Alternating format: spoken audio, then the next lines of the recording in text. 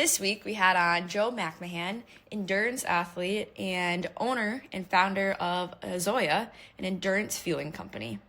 We had a blast talking to Joe and actually got chills a few different times throughout the episode with how inspiring we thought he was. And we hope you all enjoy the episode. And remember, we get to do this. We get to do this. Hello, and welcome to the We Get to Do This podcast. My name is Kaylee. And I'm Jacob. And we are your co-hosts. In this show, we're going to dive into all things our lives, from our partnership to romance to entrepreneurship to growing our businesses together, our fitness journeys, and we're going to have a ton of different guests on that relate to what I just said in some way. We're hoping you enjoy the show, and if you do, please feel free to follow us, leave us a 5-star review on wherever you listen to your podcasts, and enjoy. And if you don't like the show, tough. Thank you.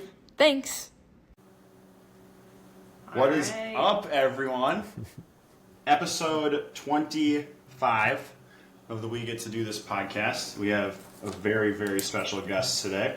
It's actually episode 26, but we're not counting. Oh, is it? Yeah. All right. Well, we already messed up. Sorry, Joe.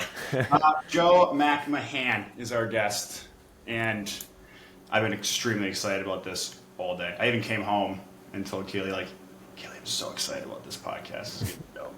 So I'm excited to dive in and get to know you a little bit more in your entrepreneur journey, and thanks for being here, dude. Thank you so much for asking. I think these conversations, not only are they hopefully valuable to anyone who's listening, but it's a great experience to be a part of. Adding a microphone just adds another dimension to conversation, I feel like. And it's just cool to block off time to talk to people.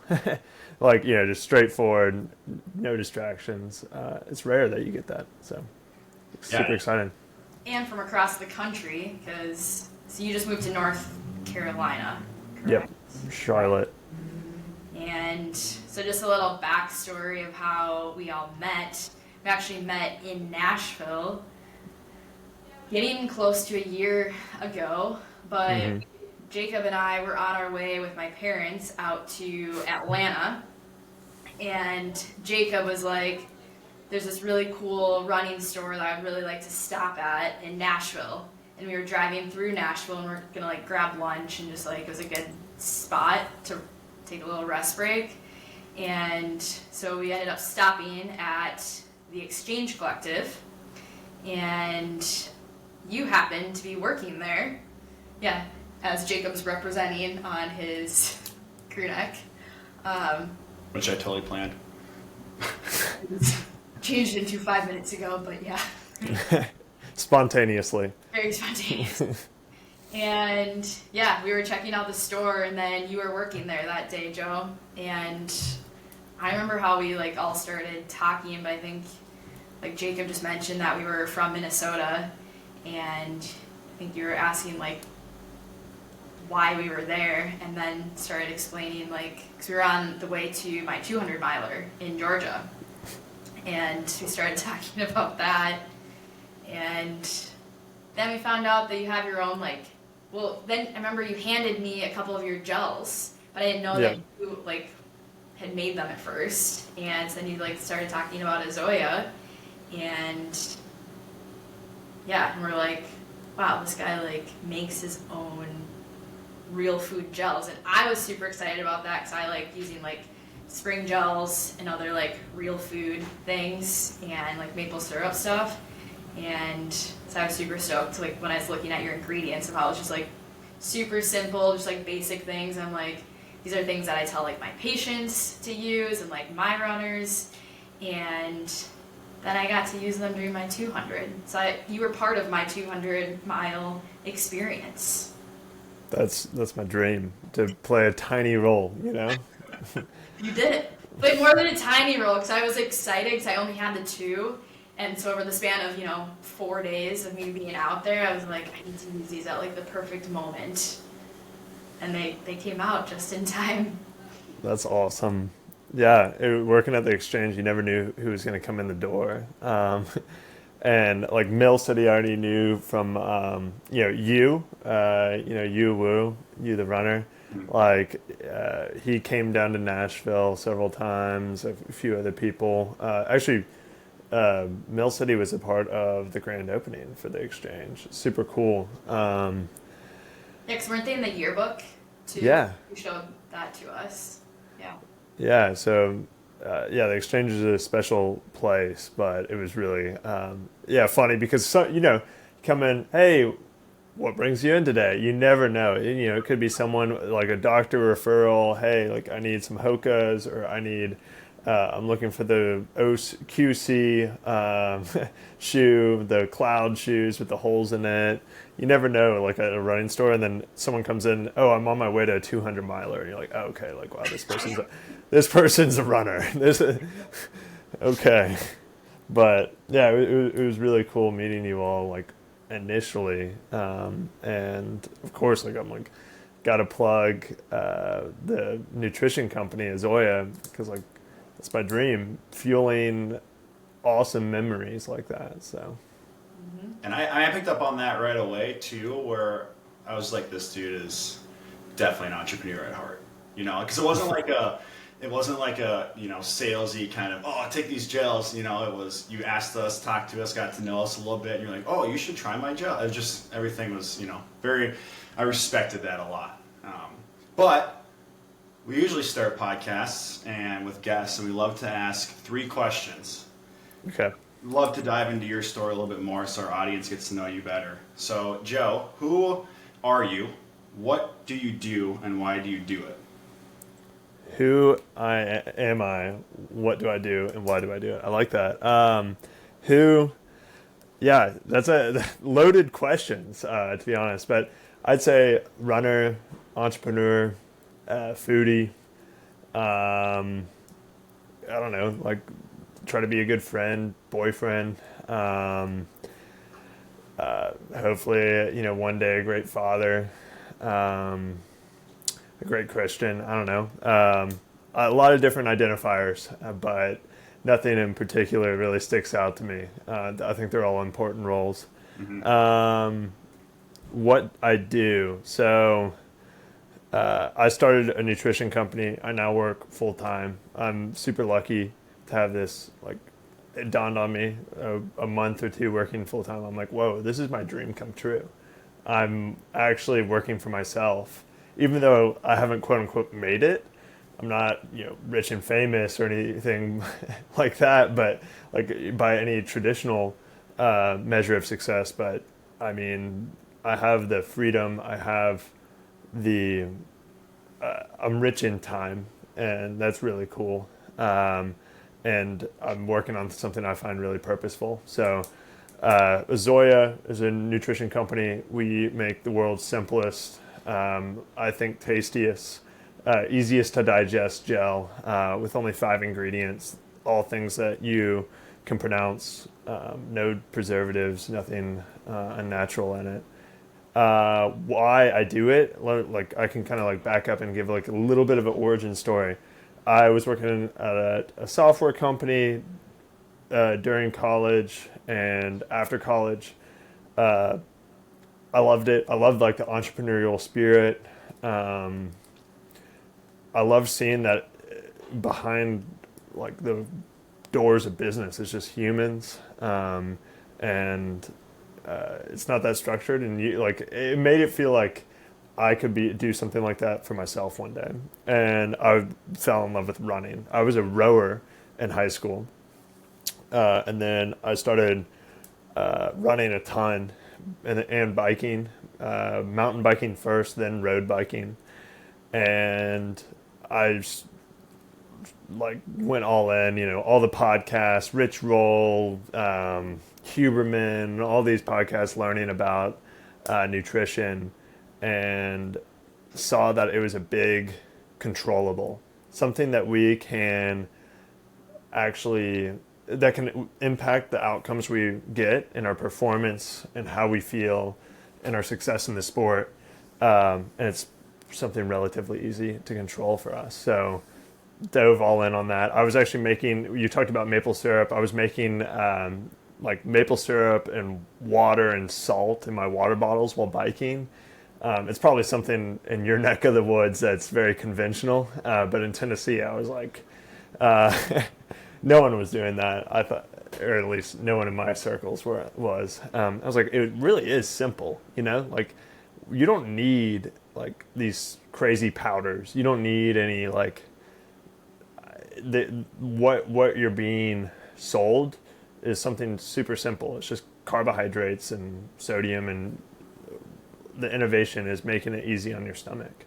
So adjusted that, put agave nectar in it and chia seeds to slow absorption of the sugar, and got past FDA approval and started selling it at the exchange. I mean, you were one of the very early customers and like someone really early to try out the product. Wow. And now so launched February 1st in 2024. So it's been around almost a year. Wow. So And yeah. you're full time with it now. That's insane. Congrats. Less Yeah. than a year after you started it. Mm-hmm. It's very impressive. Thank you. Yeah, I mean, let's say like it's not really like I'm definitely still pouring into it more than it's like supporting me, but like I mean, it's the dream. It's so fun. We're bringing on new retailers too this month. Hopefully some more soon. That's so cool. Where do you want it to go? Where do you see it going? Yeah, good question. My like overall mission is to make nutrition simpler. Like for endurance athletes, like is like kind of the audience to serve, I see, but just making nutrition simpler. That can mean right now it means like intra activity fueling, so during activity fueling, but maybe more in the future. But you know, I want to rein that back. Like I can't go and serve that entire mission yet. We don't have the resources or skill sets or capabilities yet. So right now it's just growing this current product. Keep it simple as possible. Like honor the simplicity that is in the brand and keep it super simple for right now and trying to grow what we're doing. So scaling it up in a way that makes it available to more endurance athletes across the country. Yeah. I'm really curious too about the actual process of food specifically and starting anything food related with all of the, in my mind at least, I imagine all the different hurdles you have to jump through with the FDA and whatnot. I know supplements also, like, you're going to have to teach me more here, but supplements aren't as regulated either, but then do gels count as a supplement or a food? Like, Yeah. what were the initial stages of that and setting up an actual food specific company? It started out by me having absolutely no clue what I was doing. And that's the way like most good things start. Is you just got to start somewhere. And I had like, okay, I thought this was a good idea. I gave it to friends in a Ziploc bag, and they were like, "Wow, this is pretty good." Like I used it during my half marathon. I'm like, okay, cool. Let's tweak it a little bit. I was using it myself, obviously. Doing more demos with it, and I was looking for a manufacturer, so a contract manufacturer, someone like that to help. And it's really difficult to get your foot in the door with them, and they really want you to just be the same as everyone else. But I learned you can get your process certified by the FDA yourself. I had to take classes. I had to do a lot of paperwork, a lot of like back and forth with government agencies. But I would like joined a commercial kitchen, and they were super helpful because they help like food trucks and things like that. But then they'll also help like packaged goods or packaged food manufacturers get started. And yeah, it is a bunch of paperwork and a bunch of like classes, and you got to send it to a lab. But I got super lucky because the ingredients I chose, it was a happy accident. Lime juice is in it for taste originally, but it's a terrific preservative because it's very acidic. So some other products, they put citric acid, or sometimes they put natural flavors in the products. And a lot of times that might be preservatives disguised. that they can put under the guise of natural flavors. It's like antifungal, antibacterial things that they put in the product. And I got lucky that we don't have to put any of that in our product. We just have to bring it up to a safe temperature. So I know I went like in a dive on food science there, but it was really interesting because I had no clue. And it was just like, all right, this is going to have to be something we figure out in order to get started. Wow. Yeah, and then you're able to sell it. But Why doesn't everyone just use lime juice or like lemon juice and stuff like in their foods? Like, I don't understand why we're all putting in natural flavors and yeah. you know. That's why Joe exists. Well, it is a good question. So, no, yeah, you're right. Some do a really good job with that.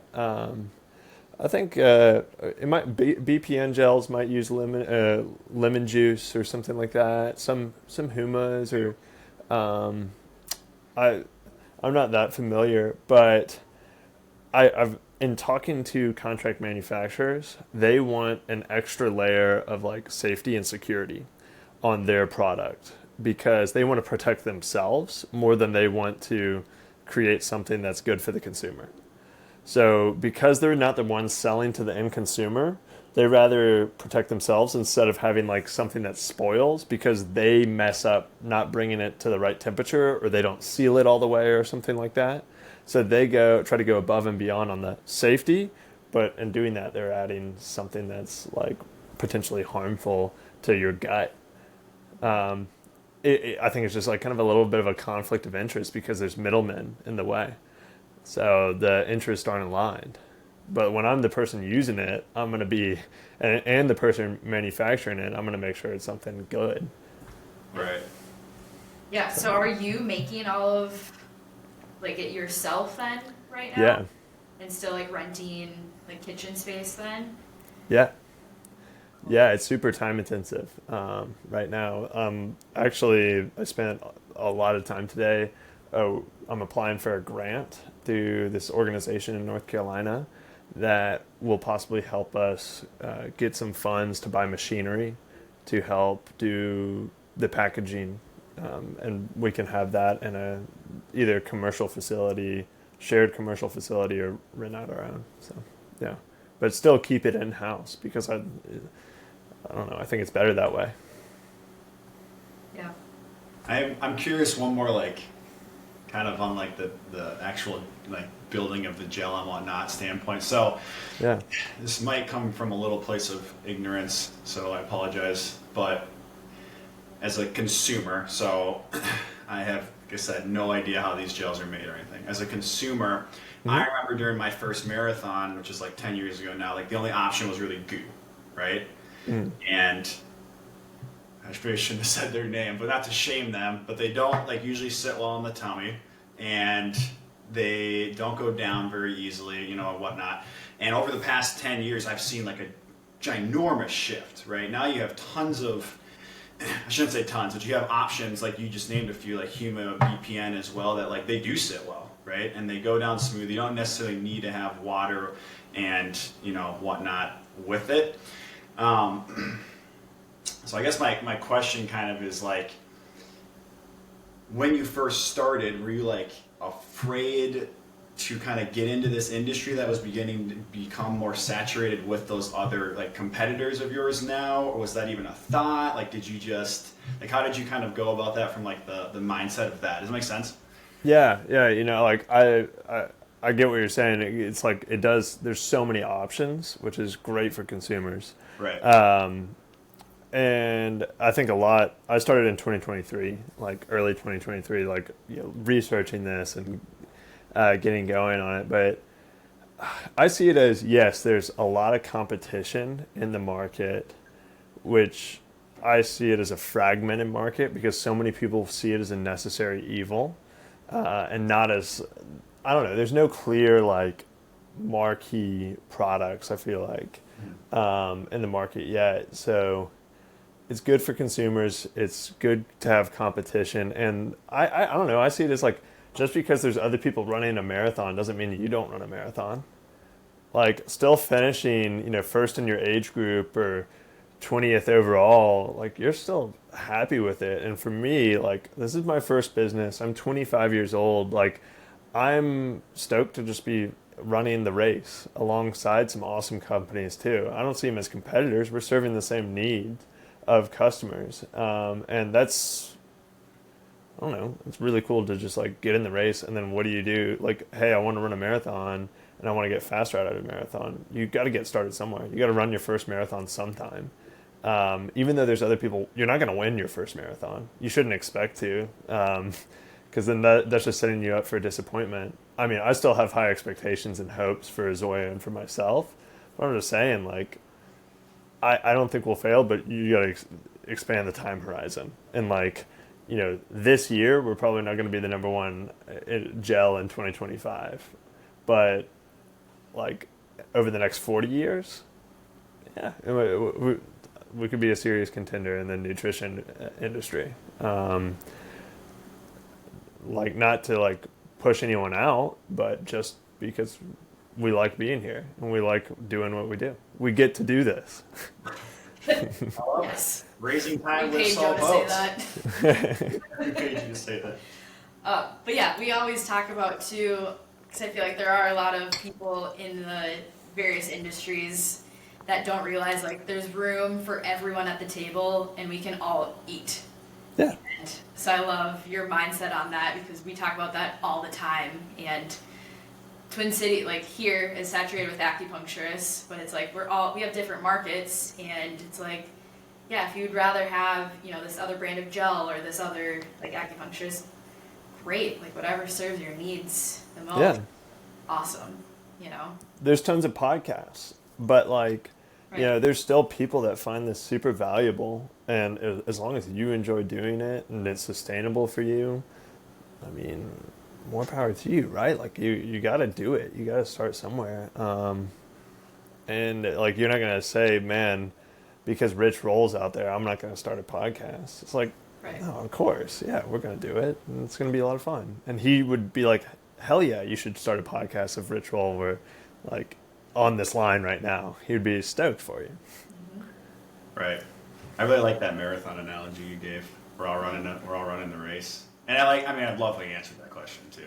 And like I said, we talk about those types of things, Kaylee and I, all the time. And like I'm a run coach and a personal trainer, and we've had numerous conversations on how we all have different demographics, we all have different markets that we serve, and that's entrepreneurship and business, really in any industry, I would assume, in a nutshell, right?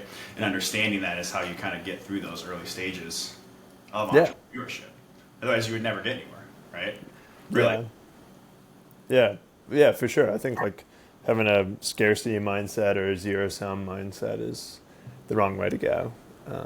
You're trying to acquire skills and serve customers. You're not really trying to box anyone out or compete directly against anyone. So, right. So with all the stuff you have going on, you already kind of alluded to it a little bit, but what does the typical day look like for you and all the hats you wear? And feel free to, get into the Instagram hustle that you're also doing now and the content that you're, which has been super dope. Yeah. I'll kind of tack that on the end of the answer. So, it's winter, or we have a mild winter. It's only getting down to like 22 tonight here. I don't know what y'all's winter's like, but I don't even want to imagine it. But I like to wake up in the morning and -32 currently. -32. Is like what feels like temperature. Yeah, schools are closing tomorrow because it's too cold. Oh my god. To give you a little reference. That's insane. Yeah, of course. We're like freaking out over this weather, but so I wake up, it's winter, like I normally would be like running in the morning or getting outside, but like I'm liking to read or something like that first in the morning to like get my mind right.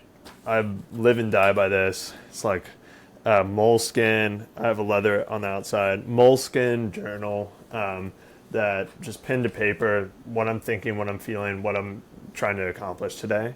And yeah, it varies a lot in entrepreneurship. Some days I'm going to be, trying to talk to retailers, trying to fulfill a lot of orders. Some days I'm going to be spending a long day in the kitchen, in there, like making batches.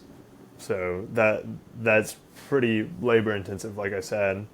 And I like to, I'm still getting in my runs and my lifts.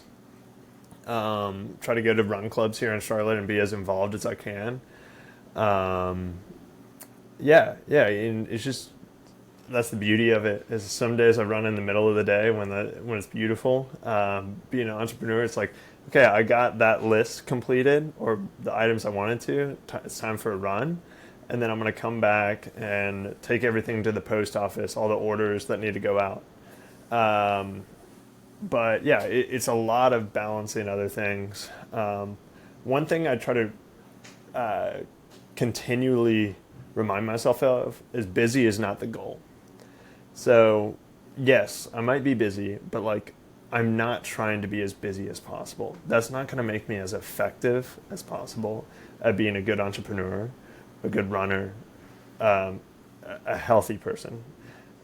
Even though there's so many things we can do, and like someone's doing more than me, but as long as I'm like having fun doing it and I'm not just constantly distracted, I'm completing things. That's also a mantra I say is busy is not the goal. And then I'm the type of person who finishes things.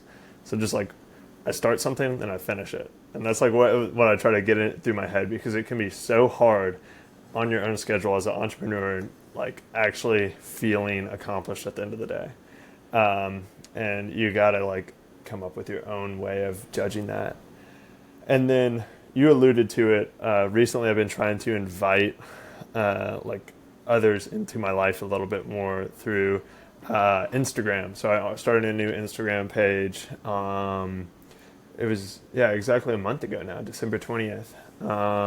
Crazy. And I've had a lot of practice because I've been doing it on TikTok.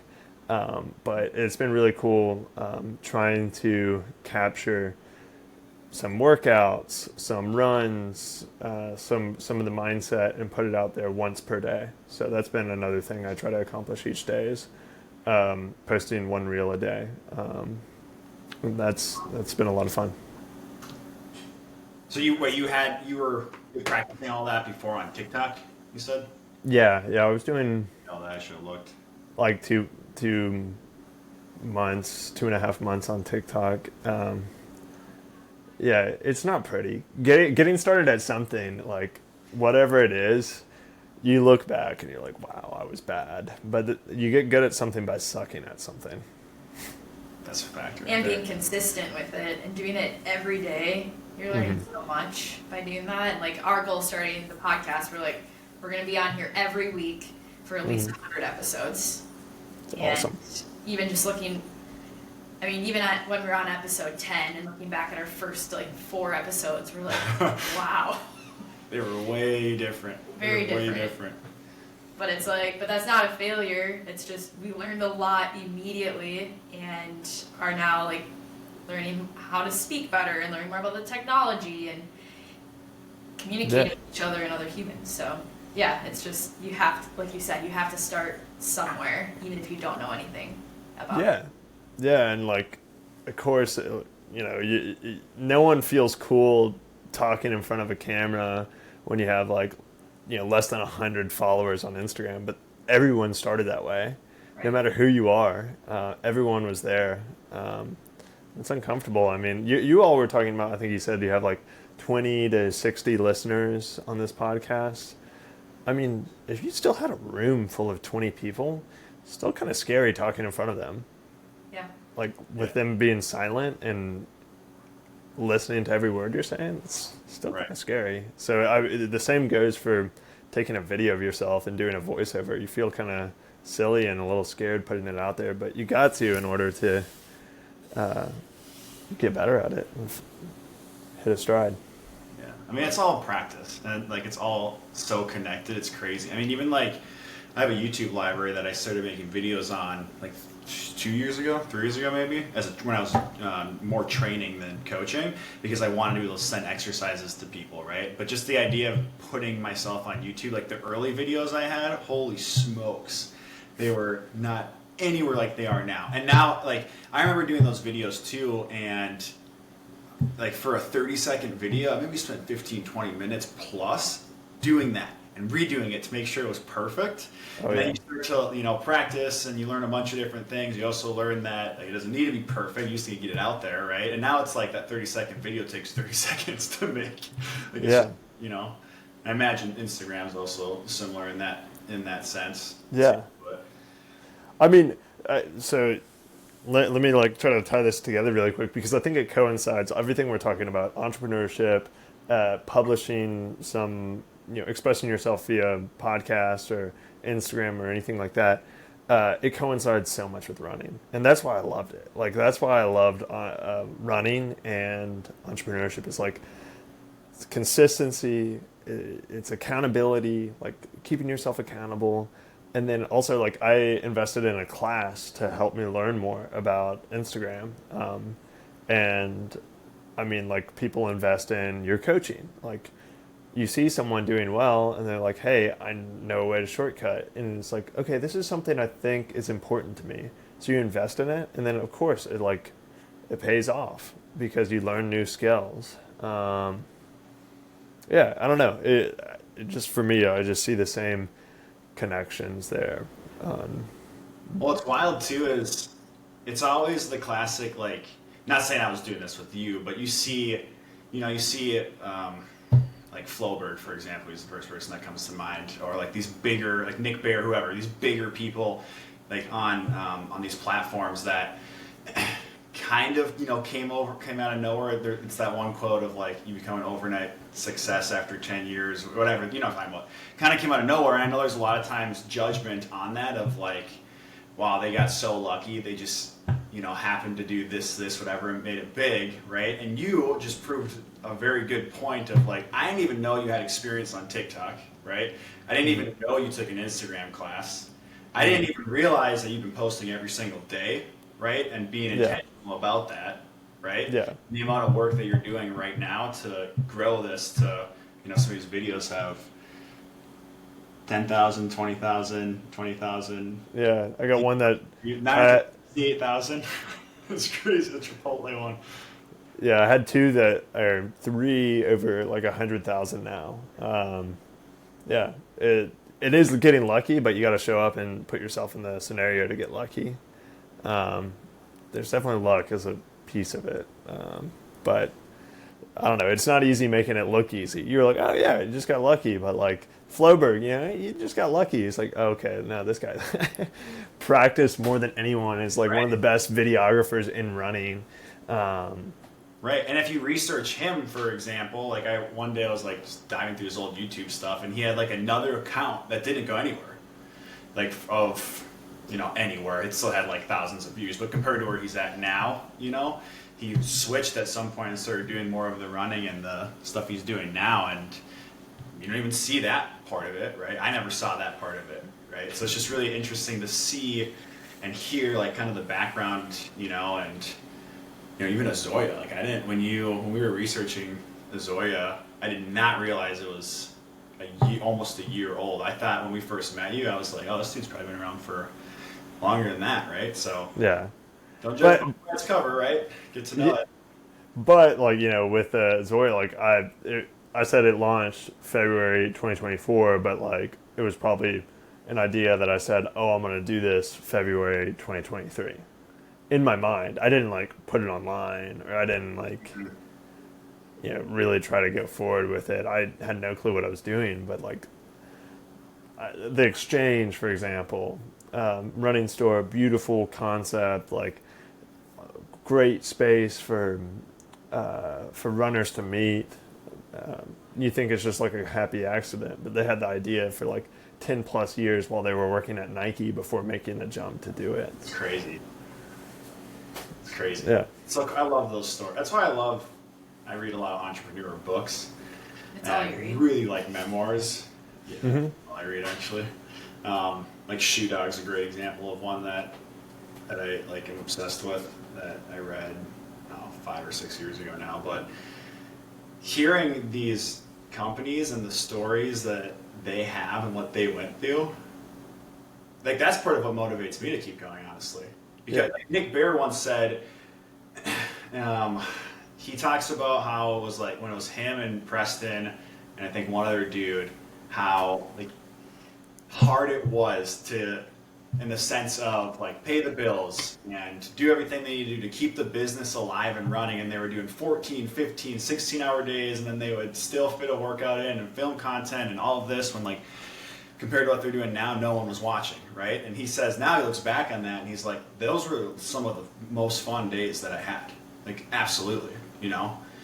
Building that and that grind and that hustle. And I think that message is what has gotten me through some of my harder entrepreneurship moments of like when I'm doing the grind and the hustle and just thinking like, I'm gonna look back on this someday and be like, wow, that was actually a ton of fun. And like, you know, sitting in that and saying we get to do this.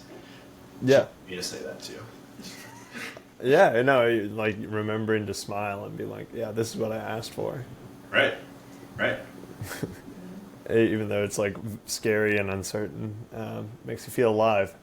I mean, it's like being on a run or doing a race. It's like, wow. Like, because it's all you. And we've talked about this before too with like running too. It's like you can have a great community and a lot of experience and different things, but like at the end of the day, like it's you getting yourself across the finish line. Just like in entrepreneurship, it's like, you know, you can have investors and grants and things like that, but like at the end of the day, like you're the owner of this business and like you have to believe in it just as much as everyone else does. yeah. Right. Yeah. So. But I think like that's one of the most attractive pieces of it. It's like, it is very scary, but like something liberating when you can't point fingers at anyone else, and only point fingers at yourself. Like, I don't know, like when I've been at a company before and you see like a customer's unhappy and you like, oh, I think I really got an idea on the way that this could be done better, but you know, my boss doesn't like it, or but X, Y, Z. And it's like, all that is removed. It's like, wait, this is my fault. I need to solve it. When it's, you're like the impersonal person responsible, and that's kind of liberating. It's like, okay, like I can't blame it on anyone else. It removes the possibility of that. So, Well, like you said, with coming alive too, like I feel like both of us have a lot of emotions in general, but like especially since becoming like a business owner, it's like you experience like those high highs and those low lows like you haven't before. And I mean, the lows can be different things, but it's like you get to like fully experience all of it because it is all your fault or all your success, you know? yeah, no one's shielding you. No, it's you're the customer service person, you're the marketer, like you're the one doing all of it. And that's pretty cool because a lot of people don't get to have that experience. 100%. Yeah. But also that leads me to like, who is your community? And like, are you friends with a lot of entrepreneurs? You come from a family of entrepreneurs? Like, how did that kind of did that have any like play into you like starting this? Yeah, that's a really good question. Because it's one of those things you don't know where to get started. And maybe someone out there listening is like considering being an entrepreneur, or like, you know, that'd be super cool. That'd be super cool if one person in that, like, listening to this, was inspired or informed. But I have been very lucky to have some other entrepreneurs around me.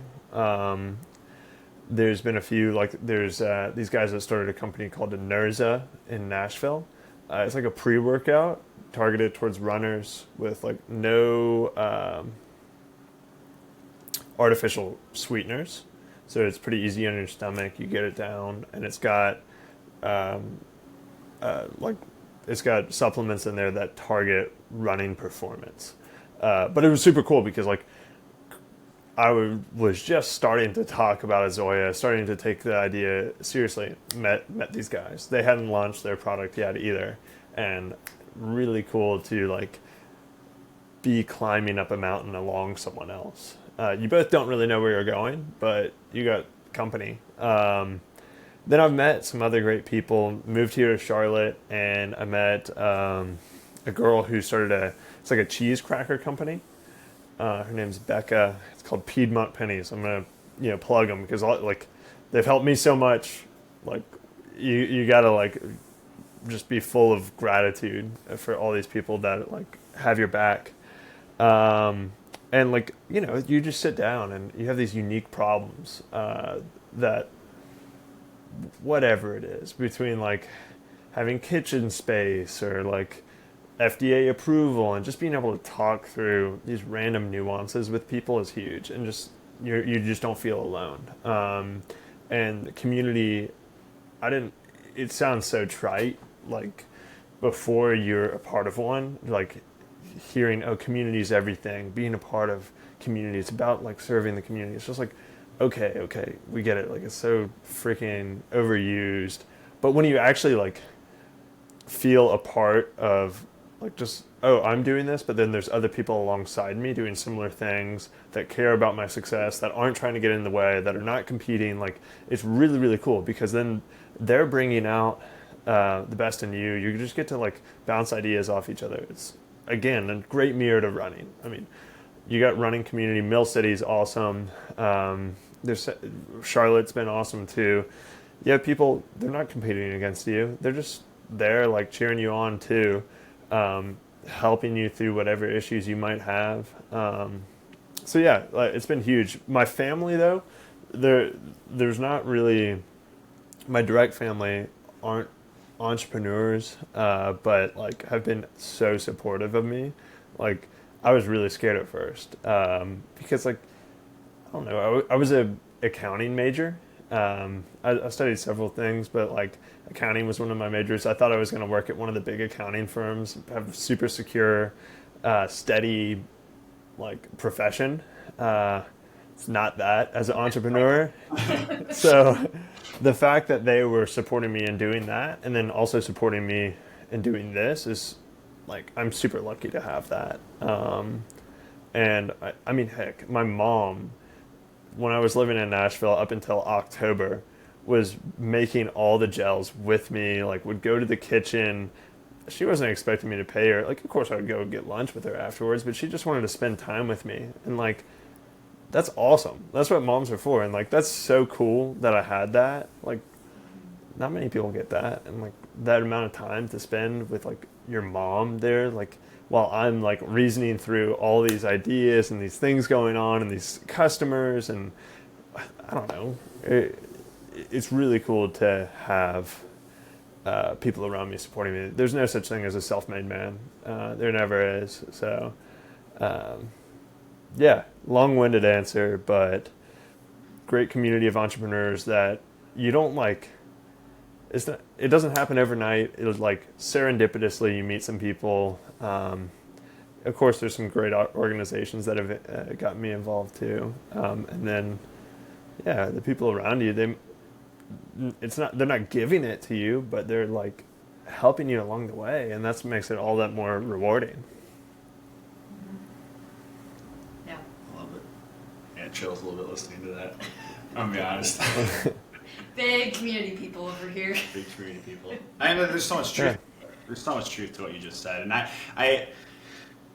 really digging all the running analogies you use. I know we've used them like to compare to entrepreneurship as a whole, but the way you like specifically break them down, and it's so true.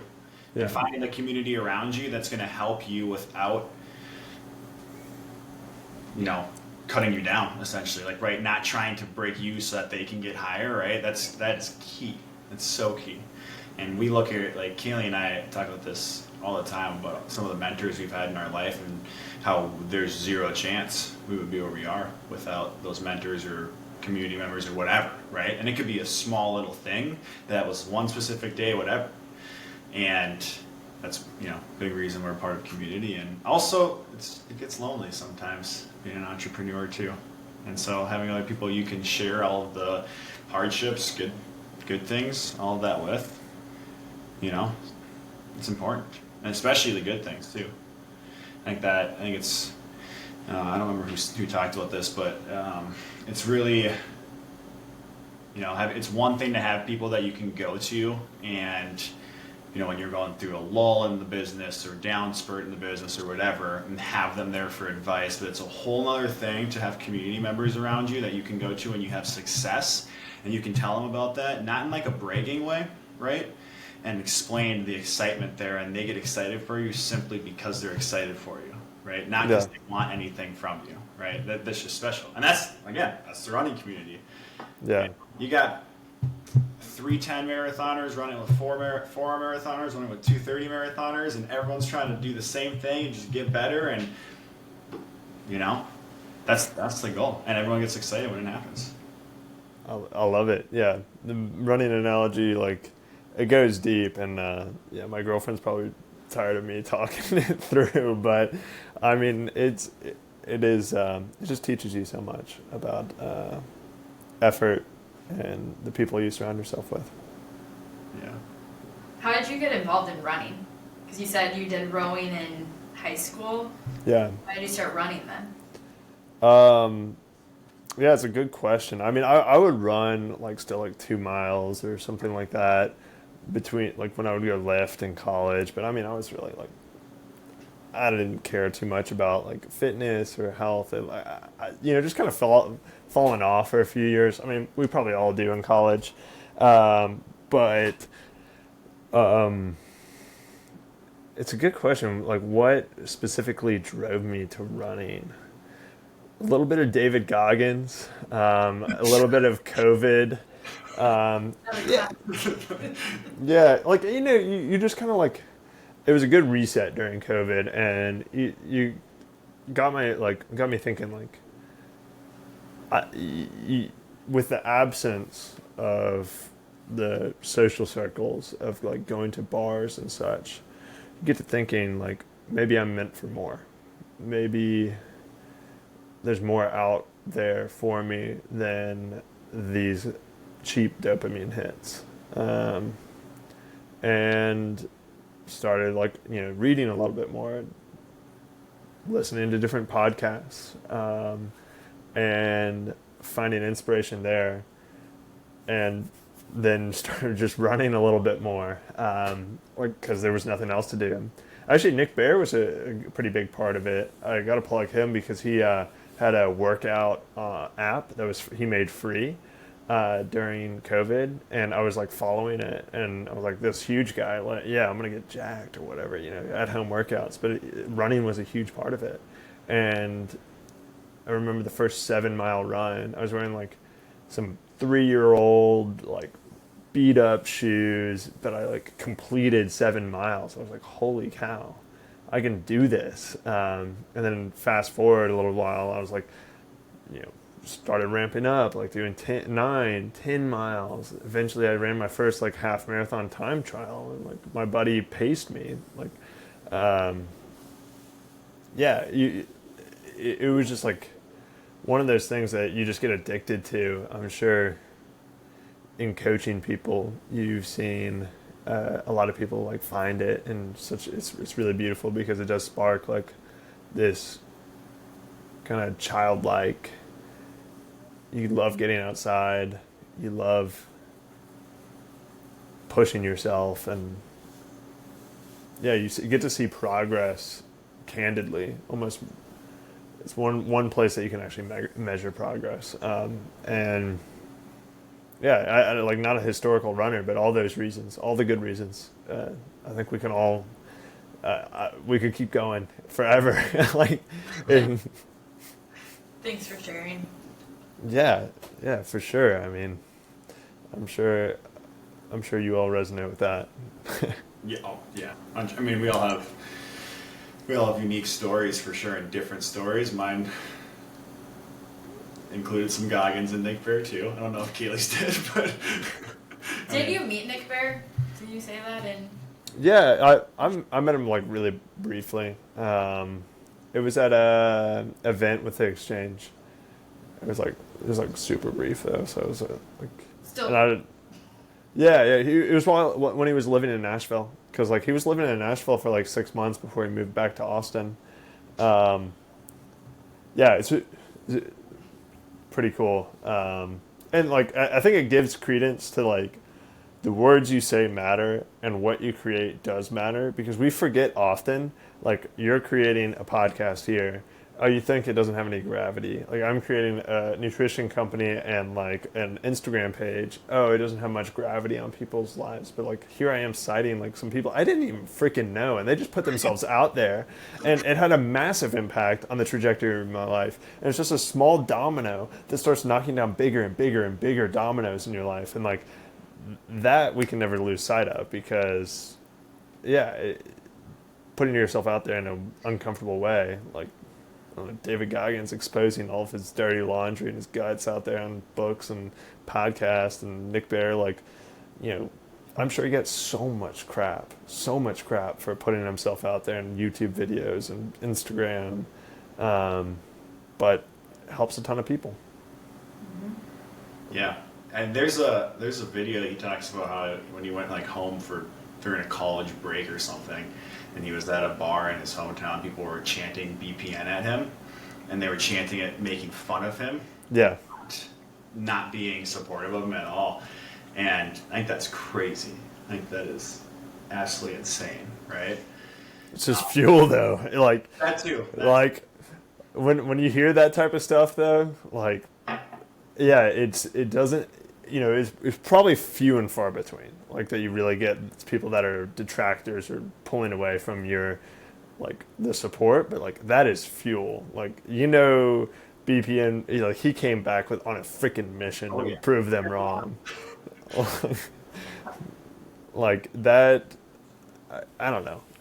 Or like you hear so much about like, people's, dads being like, oh, you're not gonna, that's silly business, it's not gonna amount to anything, and then they're animals after that. Yeah.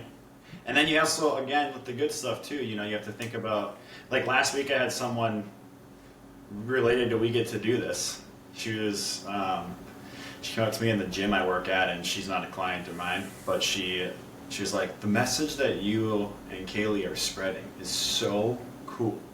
Yeah. And I was like, that's awesome. Did not know you were listening to the podcast, and I'm very happy. Like, it's just those little nuggets you get. I'm sure you've had them too. Or oh yeah, it's like, oh, we got to keep going.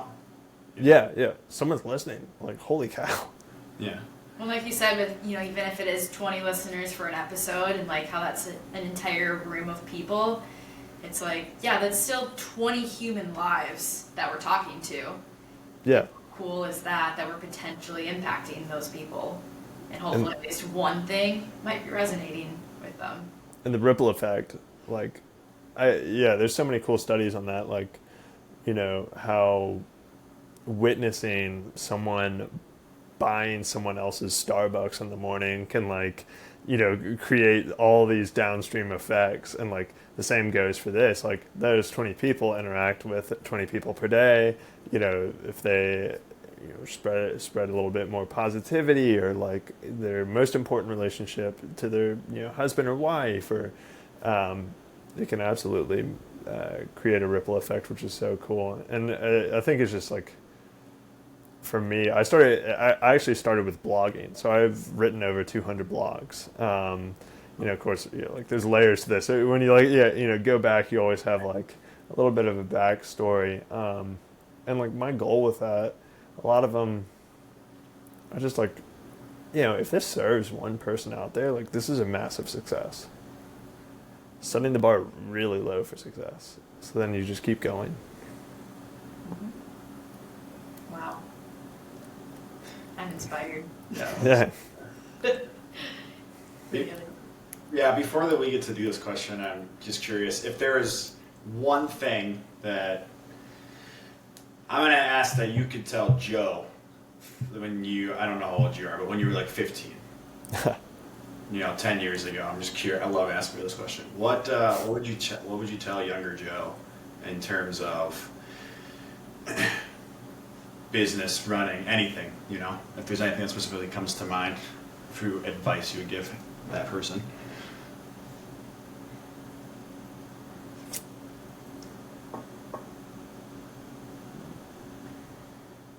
Yeah, I think it's like be careful who you try to impress. Um, I don't know. I spent a lot of time, I feel like, trying to earn the validation or trying to impress a lot of people that I don't really want to be like, or I didn't really give much thought to. They were just in like my close circle of like in my neighborhood or in my like high school or something like that. As opposed to just, again, sounds very trite, like just being the best version of you, whatever that means. Like, probably had a lot of like, hey, rowing's not a very cool sport. Like, girls don't like, maybe somewhere else, but not in the Southeast, right? Like in the Southeast, rowing's like not a cool sport. And like, I don't know, it's like, oh, I'm just a rower. Like, it doesn't even matter. Like, why not just be like excited about it and like giving yourself to it, or being good at running and like don't care, like, yeah, you don't play football, but like you're not trying to impress them, like you're just trying to be the best version of you. And yeah, I don't know, I feel like I spent a lot of time like caring too much what like other people thought that I don't really care to impress. Yeah, leading to your own like unhappiness. So Love it. yeah. Joe, what's your we get to do this moment of the last week, your life, today, Yeah. conversation? Yeah, I love this. I would say, so this last week I ran my first trail race ever. It was a 13 miler. Trails. 200 soon. 200 soon. When you're ready, I'll come crew you. Yeah. Yeah. We'll see. We'll see. The 13 was, so it was like muddy. It was hard. I mean, like hilly, like another hill would come, some more mud, or like Another hill would come. yeah, another hill, Trip. and I would Trip, dude. yeah, and Trip. yeah, I fell once, and then like you just find those spots where you start feeling. Trail runners, great. You have to fall. Yeah, you gotta fall. It was a lot of fun, but like I start to feel like sorry for myself. I think it ever happens for everyone during a race. I would be surprised if it hasn't happened for you all. But you start to feel like sorry for yourself and be like, oh, another hill, or like, oh man, I'm like, my legs are tired, or like, dude, this is what you signed up for. Like, this is like it's hard. Like, yeah, duh. It's hilly, it's hard, it's muddy. Like, it's part of it. And I realized this. So first time I broke 3 in the marathon, only time to date actually, was November. What was that? 23. So a little over a year ago. I broke 3. It was at the Philly Marathon, and I was like mile 22. I was like starting to feel legs hurt, like fatigue setting in. I was like, man, I want this to be over. Like, I feel so sorry for myself, but I'm like, dude, like, I'm in a great spot. I think I'm gonna break 3. Like, why can't I just smile right now? Like, this is like what I've been training for the whole time. Like, I get to do this right now. I get to like live in it, and like, if I'm smiling at mile 23, 24, like no one else is. And yeah, that's what it's all about. Like, when the hard sets in, and then like still smiling because of it. So yeah, like in the trail race, I started smiling. I was like, this is exactly what I signed up for. This is what I paid, $90 or whatever. Like, we do these crazy things, but yeah. So I get to be out here in the freaking mud, hurting. I love it. Thanks for sharing, Joe. Any other questions? Yeah, where can people find you? Yes. So, what's up? You and Azoia. So Azoia is azoiaendurance.com or Azoia Endurance on Instagram. And then me, the Instagram I started and where I'm going to be posting primarily for running, entrepreneurship, mindset type of content will be joe.mc.mahan.